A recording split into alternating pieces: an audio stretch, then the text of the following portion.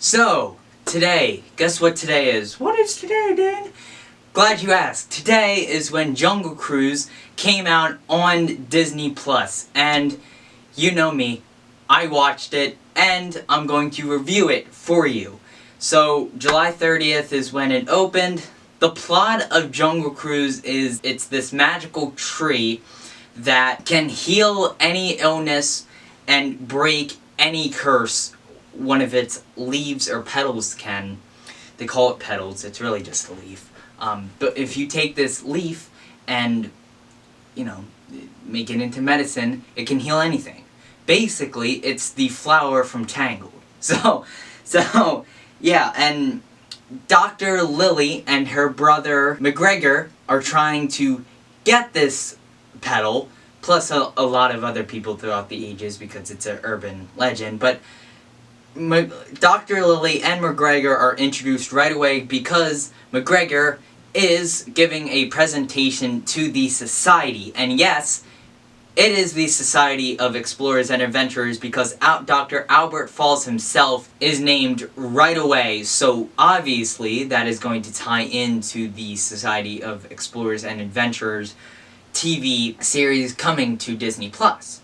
And if you don't know what the Society of Explorers and Adventurers are, it is a made-up society in many different Disney World rides like Jungle Cruise, Phantom Manor, what else is there?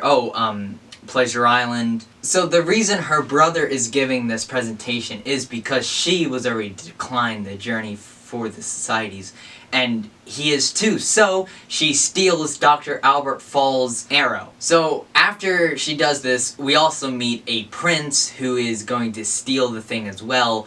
So she steals it, Emily Blunt's character steals it, and the prince is angry, so he decides to go after her. Now we pan to the fan service part of the movie where it's basically just the Jungle Cruise but in a movie with The Rock.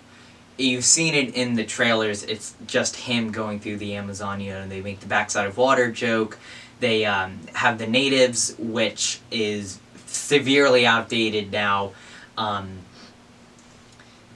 They also have the python from the ride, and Skipper Frank is The Rock, and when he gets back to port, he gets his engine taken because he did not pay back this one guy. And The Rock, I should say, Skipper Frank tries to take the key back to get his motor, so he sneaks into his office, but Lily, aka Emily Blunt's character, comes to the office and thinks The Rock is actually this person that she's supposed to meet, which he's not. Nilo, that's his name, is who The Rock is supposed to be.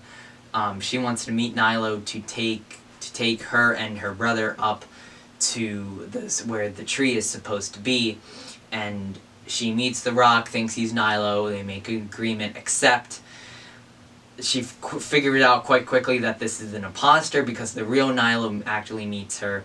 And then all of a sudden, in a weird scene, but it's established why it happens later, a jaguar comes up in like the bar that they're in and attacks The Rock, and The Rock like somehow fights it, even though it was just a weird scene. But that is actually his pet jaguar, so he did that to make himself look good. So Lily agrees to go with Skipper Frank, and they head off, except the prince has other ideas because he's in his submarine shooting at them, and they destroy the dock, and Nilo is very upset.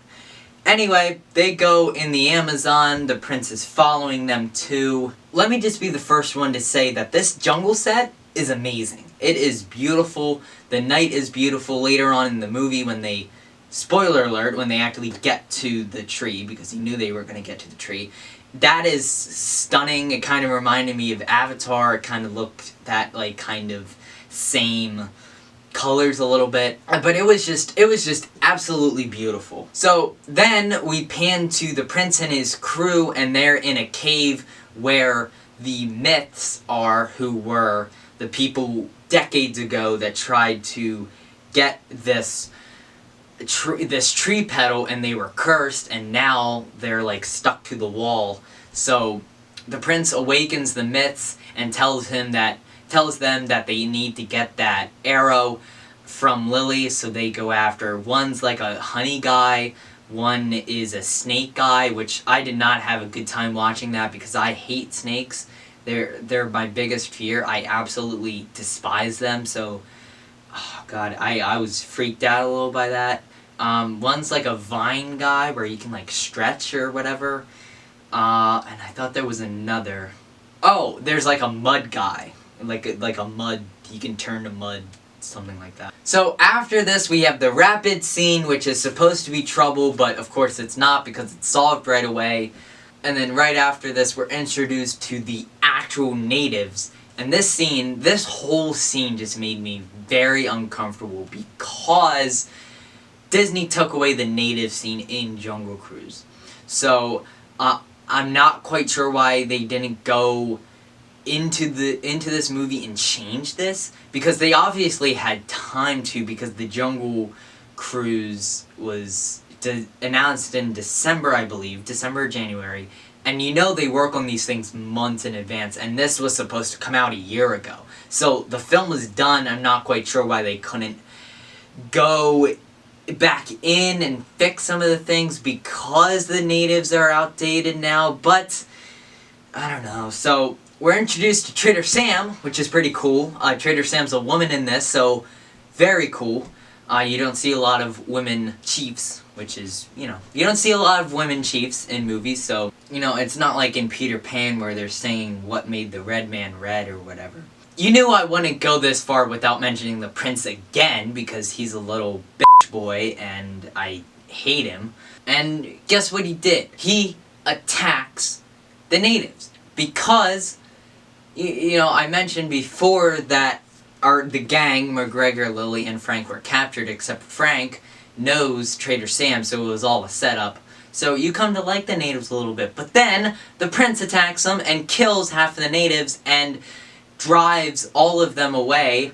And Trader Sam has to go with Lily, McGregor, and Frank. We do get a pretty cool fight scene here, actually, with the myths. It's pretty cool seeing how they use their different powers in combat, and it's really cool seeing Lily kick some ass. And let me get into spoilers here, because I can't go further without saying any spoilers. So if you haven't seen the movie, go to this time marker on the screen. If you have, stick around. So the natives kill Frank, and luckily he is not dead. And they also kill half of the camp. But they're scared or something, so they go away. They're driven away because Lily is amazing with a spear. So they see Frank's body, except he's moving, and they're all freaked out. And Frank tells them that his real name is actually Francisco. That's fun to say.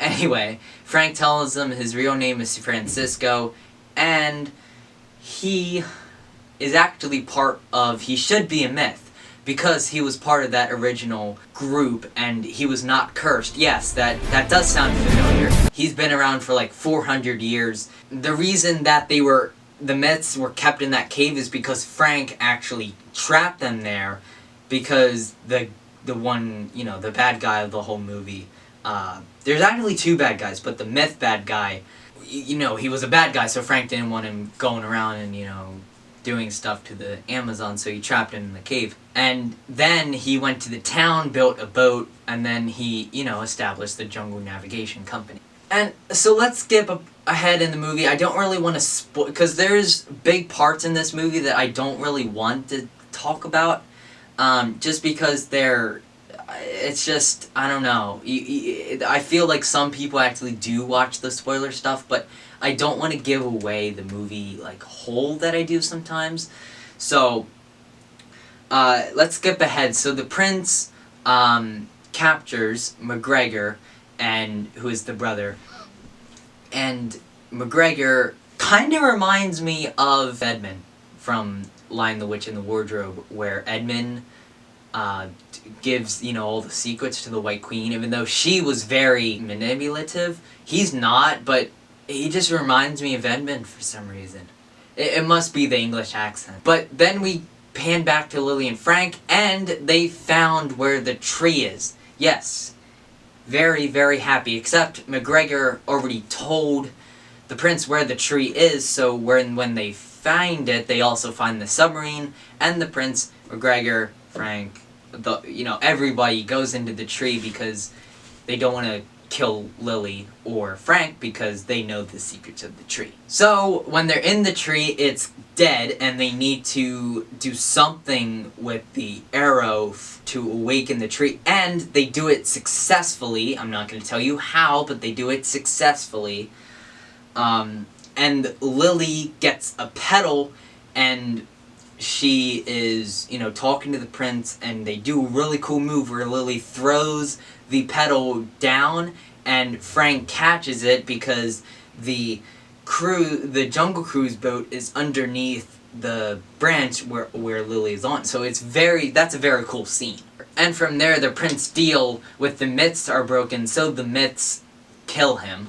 And the myths, of course, go after Lily. But because of the power of the tree, Frank gives himself up and goes with the myths, and the myths become part of the rock, and we think that Frank is no longer going to be alive, except Lily takes the petal and puts it on Frank's head, and the petal disappears, and Frank is okay, so everybody goes back home. Lily gets offered to be in the society, and she declines, and the final scene is Lily and Frank in a car, and they're driving away. And let me just tell you, that England aesthetic, whew, let me get more of that, please, because it's only in like 2 scenes, except it is amazing. Even though the jungle and the tree scenes are amazing, that England aesthetic for me in like the 1930s are just, it's amazing.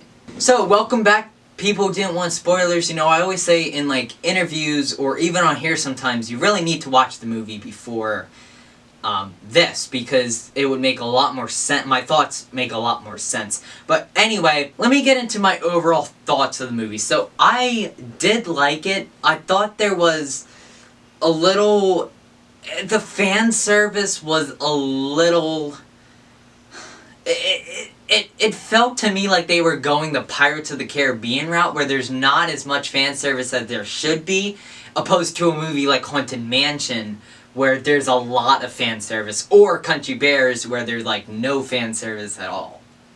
So, the fan service in this was okay. I thought the one scene where it was just, yes, it introduced Frank, but it was also just the ride in a movie, so it was like, there's other ways you can introduce Frank, so I thought that was a little bit much, but other than that, the constant one-liners were pretty funny, and Dwayne "The Rock" Johnson as a actor in general, I really like him in some movies. I thought he was amazing in Moana.